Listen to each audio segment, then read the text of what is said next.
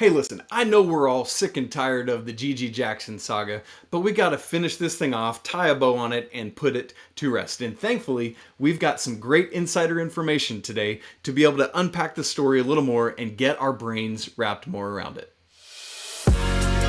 You are Locked On Tar Heels, your daily podcast on the UNC Tar Heels, part of the Locked On Podcast Network, your team every day. Hey there, it's Thursday, August 4th, 2022. Welcome into the Locked On Tar Heels podcast, the only daily North Carolina show out there. I'm your host, Isaac Schade, and I want to thank you for making Locked On Tar Heels your first listen or your first watch every single day. Please don't forget that the show is free and available anywhere you get podcasts. So please, go subscribe right now, simple and easy. For those of you watching, you can also smash the like button and leave some comments as we have this conversation. Today we are finishing off all our conversations about Gigi Jackson. We're going to look at it from the Carolina side. We're going to look at it from the South Carolina and the big picture side because we've got a lot to learn from this about the current state of college basketball. And we'll talk about where the Tar Heels go from here in the class of 2023. Helping us do that, we've got a brand new contributor to the show. I'm excited to welcome very first time to Locked On Tar Heels, a brand new member of the Locked On family. Ladies and gentlemen, this is Sports Illustrated's Director of Basketball Recruiting, Mr. Jason Jordan, is here with us for the first time. You've seen John Garcia on. We're talking football. Now we get to do that with Jason and basketball. Brother, so great to welcome you in. Glad you're here. Oh, absolutely, man. Look forward to talking to you a lot down the line and today. That's right, absolutely. And we'd like to thank LinkedIn Jobs for being the official college recruiting sponsor across the Locked On College Network. LinkedIn Jobs helps you find the candidates you want to talk to faster. Post your job for free at linkedin.com/lockedoncollege. Terms and conditions apply. And so, Jason, I hate that we have to do this in the very first time you're on with me, but, I know the fan base is tired of talking about Gigi Jackson. I know the South Carolina fan base is loving talking about Gigi Jackson, but it feels like we really do need to tie a bow on this thing as we have an opportunity to talk to someone like yourself who's inside and hearing all the information. And so before we get to the big picture side of it all, let's start in with the Carolina side of it. And here's the very first question I want to ask you is this. If Frank Martin hadn't been fired, would Gigi Jackson have just gone ahead and committed to South Carolina in the first place? Probably. Yeah, probably.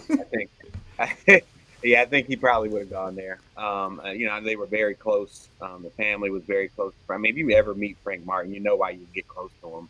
And he's right there 15 minutes from dorm to house, and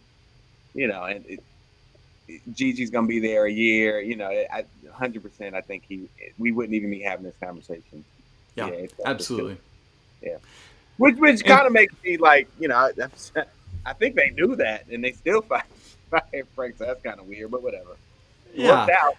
It did. It worked out for the Gamecocks, and just makes it the whole situation a little more weird. But I guess you kind of have second thoughts after there's a coaching change, and you get that. And so part of this scenario is that it seems like from everything we're hearing that in the Jackson household has been a little bit divided between Gigi's mom and his dad and Gigi himself. So we'll just call it a quote-unquote divided household a little bit. How often in your world, in your scenario of college basketball recruiting, do you see those types of scenarios play out? All the time. Maybe not to that degree, maybe not as hard a stance, but I've definitely seen it cause some issues in the household, like firsthand. I've seen some arguments, and then we're talking top tier players, right? So I've definitely seen that. Did you remember years ago? It wasn't that long ago, but a few years ago, that the football recruit and the mother kind of stormed off mad when the kid. You remember that? That went viral. Absolutely. Mad, but it didn't get to the point where the kid committed. It was like, I want to commit here, and then the parent was like, whatever, and they were pissed, Yeah. But they usually come around, and I haven't seen it where they go back. They go back and they're like, you know what, about that commitment. think I'm not gonna go, So, but I shout out to y'all. I haven't seen that much. Yeah. And I mean, in this scenario, Gigi's mom wasn't even at his initial commitment, and so maybe that should have been a clue to everyone from the get-go that something was amiss there. Yeah, I think so. I think, and then they're all, and then the whole family's close, so that may have been an indicator. It may have been an indicator. For sure. Now, in these scenarios that you've seen, Jason, who typically wins out? Is it more like the parents are divided? Is it the parents are agreed, but the student athlete wants to go somewhere? Who wins out in these scenarios? So it's usually, I would say by and large, they're going to lean to what the kid wants to do. But if you're a parent, you probably are going to do that. But I've definitely seen the parents or the parent and the handler divided. And so, that's a slippery slope for the handler. But I've seen that. I've seen stuff where the parent is, let me be careful. Yeah. Because I mean, honestly, I'll use you guys, and I'll just say, do it. In the past, right? So I'll make it very open. But I've seen where the parent loves a blue blood. We'll call it a blue blood. And the handler does not like the blue blood. And I've seen that clash. Interesting. And I've seen the handler win, if you can believe that. Wow. Yeah. So I've seen it all. I say this all the time. Nothing surprises me anymore. Yeah, especially in this day and age of NIL and everything going on with that, and transfer portal and blah blah blah. Yeah. So speaking of that, in this time where I feel like we are fighting for players' rights, for players' agency, and making some strides to give the players more agency with who they are, their name, image, and likeness, as we well know. So what does this specific case with Gigi Jackson tell us about a player's ability to make his or her own decision? It just says it's what I've talked about with a lot of coaches at Peach Jam. It's a new day. We're all learning on the fly, right? So you will see this scenario again. And I think, where if I wrote this too, in football, if this were football, this wouldn't even be that. It wouldn't even be like a headline. That's right. Yep. It would be a headline, but it wouldn't be like frowned upon or like, oh my God, not since Art Heyman, so, but in basketball, it is not, it's taboo. It's almost even frowned upon to continue to talk to a kid who is committed, right? So I think we'll see more and more of this, because if we're getting paid, now we're businessmen first. That's right. Right. And so when it's a business, we're going to do whatever is in the best interest of the business. And so you're going to see more stuff like this for sure. Yeah. And yeah, because with football, it's like, I mean, until signing day and that letter gets faxed in, you don't know. But you're spot on, Jason. With basketball, it's like, it's pretty well assumed, like, once you make that verbal commit, you're coming and you're doing it and it's over. Yeah. And so, man, that's going to be really interesting to see. Now, in a scenario, like you talked about, a handler winning out over the parents, what leads to that? How on earth does a family and a young man or young woman let the handler win out over their own desires? The funny thing is, that was my question when I witnessed it, right? So I, in my back channel conversations with my inner circle, I was like, how does that happen? Like, but yeah, it happens, man. It's the you go for the whole, I know it's best, I've been here before, trust me thing. And that particular situation didn't work out well. And it tends to not. But again, I'm nothing surprises me. Not anymore. Man. Okay, folks, it is a new day, a new era, lots going on. Now, Gigi Jackson has committed to South Carolina, has reclassified. We want to unpack all of that because it's a bigger picture story about what we're going to be experiencing more and more and more, as Jason said. We're going to do that in just a second after I talk to you about Built Bar. If you haven't tried Built Bar Puffs yet, you are depriving yourself of one of life's greatest joys. And guess what? There's a new flavor. Delicious, indulgent cookie dough covered in chocolate. That's right, Built has done it again.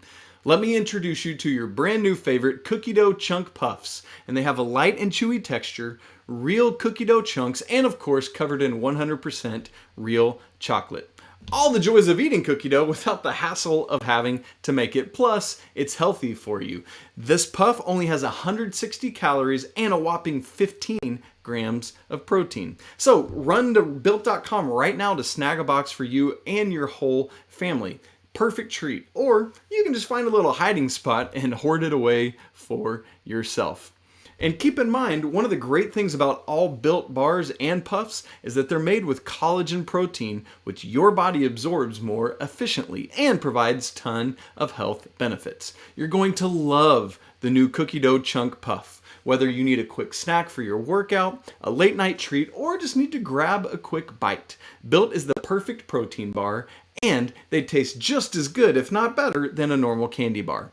Ditch the calories, fat, and sugar and grab yourself a Built bar. Go to Built.com right now and use promo code LOCKED15 to get 15% off your order. Again, use promo code LOCKED15 for 15% off at Built.com. We are back. We're joined by Jason Jordan, Sports Illustrated's Director of Basketball Recruiting. It's so great to have him on for the first time. Looking forward to building a great relationship and foundation with him in the months ahead. So, Jason, legitimately, I don't want this to sound like sour grapes from the North Carolina family. Okay. Really want to seek out an honest and realistic look at the potential success of this move for Gigi, of both reclassifying and then committing to South Carolina. So how does this affect him? Is he still number one or top 5 in the class of 2022? Yeah, he's in that realm. Yeah, he's probably, I would say, in the 5 to 10 range in that class. So I don't think it doesn't hurt him stature-wise in that regard. And honestly, to be very honest with you, he doesn't care. He doesn't, because all he's going to say is, I was number one class in 2023. I was number one in 2023. That's what he's going to say. I used to be the number one player in the country for that reference point in rankings. At this point, he doesn't care. He just, they're moving on from that. And so it seems like he legitimately didn't want to reclassify. That's what he had told North Carolina, and that all changed after an explosive summer and how he did at the top 100 camp. Is that what you think ultimately flipped this decision to reclassify after all? Well, Gigi told me multiple times that he wasn't reclassifying too. So, yes, he did. I got that he, I think he was cool with, riding the train of being the number one player and benefiting from that, the marketing that comes with that, and doing his farewell tour of high school and being a McDonald's All-American and coming and being the guy at Carolina. I think he was cool with that at first. But to your point, I think I was told that he got a little intel this summer, and some of the intel was, man, you would have been top 10 this year in this draft, right? From people who would know. Is what I was told. Okay. And that started the wheels rolling. Yep. Are you serious? Yeah. So what the concept, and I can't be mad at this. You know what I'm saying? Because I'm thinking, if that's Gigi's my kid, if the sell is, why are you waiting to be a millionaire? Yeah. Why would you wait a year to be a millionaire? Yeah. Right? So, fans have to think about it like that too. Yep. It's like, because now you're risking, because then I can point to injuries. Yep. I'm going to start with injuries. I could tear my ACL, and then I'm not going to be a millionaire. I got to really see how things go, right? At least if I tear, well, you could tear it anyway, but what if I tear it after? Right. Right. Yeah. Right. So then I'm in. Yeah. So, that's really the quick and dirty thought process is like, why wait? Why wait? Yeah. You can do it. You have the classes to do it. Just go do it. And I think that's what started the conversation. And it got more and more serious as it goes from there. And some people, looking at the draft class talent, it seems like the next year's draft class, the NBA draft 2023, is going to be more high-end loaded than the next one or next two even after that. And so I think some people would point and say, man, why risk making the move when you probably won't be drafted as high as you could be in the NBA draft 2024? What are your thoughts on that? Well, that's the age-old, man. You got to really talk to the right people, and you got to really be real about where you're at and your projection. So you really have to trust the people that are telling you you're the best thing since sliced bread and stuff like that. And that is the age-old issue that, the eye-rolling conversations I have with NBA guys at camps, and they're like, these kids, bro, like, get them at, like, who's advising these kids, right? I'm telling you, the real conversations I have about stuff like this, I mean, this isn't anything new, right? So when you hear, man, you could have been top 10, all you hear is, I could have been top 10. You don't understand that the next year, maybe you're not top 10, right? Yeah. So it's really depending on who's coming in, who's coming out, but I don't think, again, I'm not saying he won't be top 10. Right. But, we don't know. We don't know what's going to happen this year. Exactly. Yep. So, and obviously he's a great player. He's built for the program for sure. And I do think he'll be better as he levels up with different levels. But at the end of the day, you got to produce. I've definitely seen it go the other way. For the guy that was top 10, and he's like, are you really averaging 4 points a game? Really? Are you really shooting 20% from the three? Okay, well, we're going to drop your draft stock. This is how the business works. Yeah. So, I mean, it'll be interesting to see. It'll be interesting. Yeah, and so there is this different level of exposure that he and vulnerability, like Shaedon Sharpe last year took the safe route of like, I'm never going to play a single second of college basketball and keep that draft stock safe.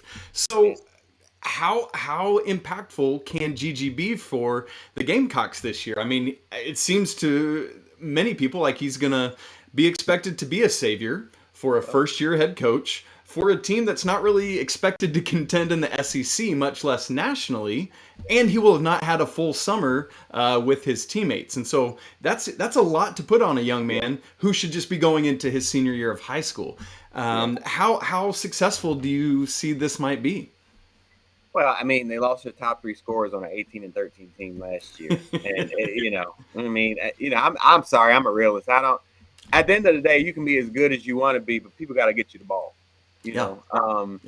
And Gigi, I mean, Gigi's a phenomenal talent. Like he scores so. I had this conversation so many times at Peach. He scores so easy. It's so easy for him to score in a variety of different ways. I mean, he can. If I'm looking for something to improve, it's probably his perimeter jump shot. But even that has gotten better over the course of the summer. But when you're the focal point of an opposing team's defense, specifically in the SEC, and you're the focal point, you're giving me a couple days or even a week to prepare for you to shut you down with my front line, who is equally as athletic, if not more, and a lot of times equally as talented, and maybe not so much, but equally as talented in effort, right? It's gonna be tough. And these are some of the best coaches in the country that are going to be able to strategize defensively against you. So, if they're going to be good, if they're going to break their streak of not making the NCAA tournament, I don't see that. But if they're going to be that good, then that guy that advised him that he was top 10, he was right. He's right. Because he's going to have to be a star for them to be really good. And I just don't see I think he'll put up numbers, and I think that's what at the end of the day, I think and he's probably a 9-month guy, So for sure. It's interesting. I recently heard Adam Finkelstein describe him this way offensively. Gigi is a 4 who wants to be a 3, who's actually closer to a 5. And that seems to be true of a lot of guys who, you talked about his jump shot developing even more this summer, but that's something like Jabari Smith, for example, last year for Auburn. had this ability. He already had that shot, and that's what makes him go top 3 in the draft. And so Cool. if Gigi isn't able to create that shot for himself, that's going to make for some interesting things. And we've seen these experiments not go well, like Patrick Baldwin Jr. at Milwaukee last year, or Ben Simmons at LSU. And so it's just a very curious case. End of the day, Jason, what do you think? How does this turn out for Gigi Jackson in South Carolina? Yeah, I mean, I think he'll put up numbers, so I don't think they'll win a lot. I know you guys wish that y'all could just throw them on the schedule one time this year. One time in the Doom Dome. Please. Let Leaky Black shut him down. Right.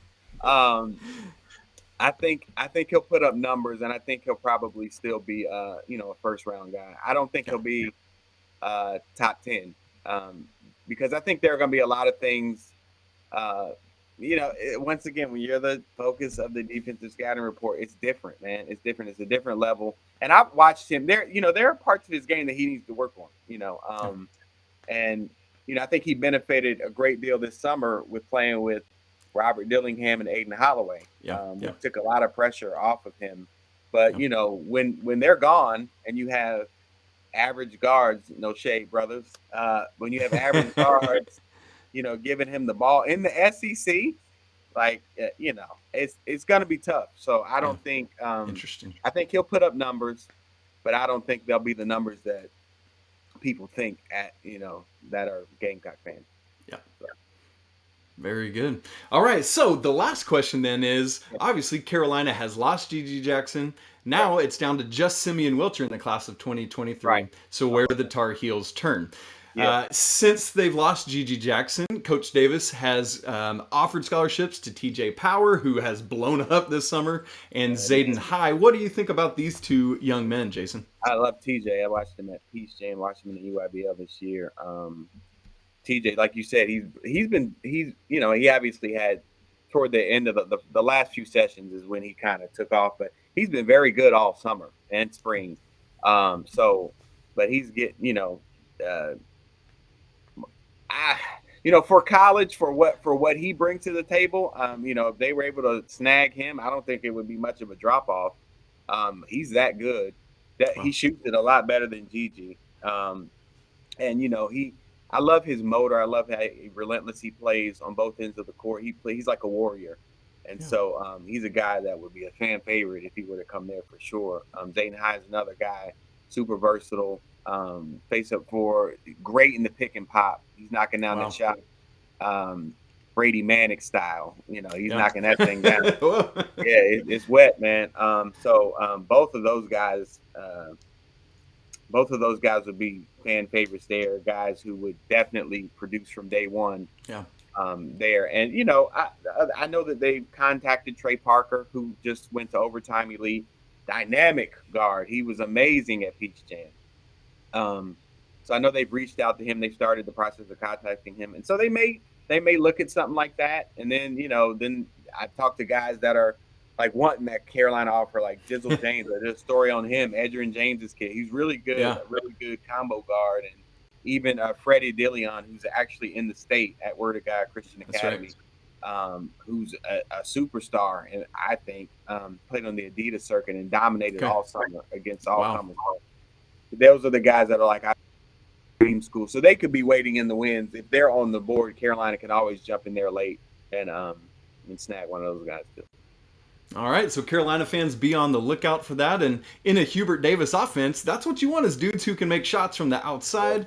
And not saying they would be better than Gigi, but perhaps might be a more immediate fit if they can fill it up from the outside. And so that is enticing, especially when you look at the numbers just projecting out scholarship. I mean, it looks to me like with what Carolina should lose after next year, they're going to have, even with Simeon Wilcher coming in, probably 3 scholarships to give out between high school seniors and transfer portal, in which Coach Davis has shown himself to be very successful in these first 2 seasons. For sure. Absolutely. And I think they will. I don't think they're going to leave any – I don't think they'll leave any bullets left in the gun. Like that ain't really Cuban style. So I think he'll get those offers out, and I think one of those 2 guys might grab one.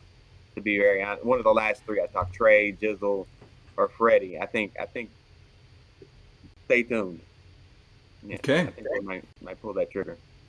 Okay, so we need to be on the lookout for that and how Coach Davis is going to get out some of these scholarship offers beyond TJ Power and Zayden High. Who's going to come in with Simeon Wilcher? We're going to have to keep watching that, keep talking to Jason. And speaking of Simeon Wilcher, that's who we're going to dive into next week with Jason Jordan. This dude is going to be fun to talk about. Can't wait to do that. Jason, it's been so good to have you on. Thank you for joining us. Can't wait to talk again soon. Yes, sir, man. I enjoyed it. Thanks for having me. That's it for today's episode of Locked on Tar Heels. It was great to have Jason Jordan on for the first time and can't wait to continue talking basketball recruiting with him. Coming up on tomorrow's show, Andy Patton and I from Locked on Gonzaga are going to have a conference draft based only on basketball. It's going to be lots of fun. Can't wait for that. Thank you so much for joining in. Don't forget, you can subscribe to the show anywhere you get podcasts, video and audio, and please smash the like button. Leave great comments on your thoughts on all this recruiting news. You can follow the show on Twitter at Locked on Heels. You can follow Jason on Twitter as well. You can follow me at Isaac Schade. Get more on the ACC by making Locked on ACC your second listen today. Host Candace Cooper and the local experts of Locked On take you around the conference in 30 minutes, 5 days a week. Really appreciate you hanging out with me and Jason on a Thursday talking Carolina basketball recruiting. I want to remind you, GG Jackson or no GG Jackson, it's always a great day to be a Tar Heel. Until tomorrow, peace!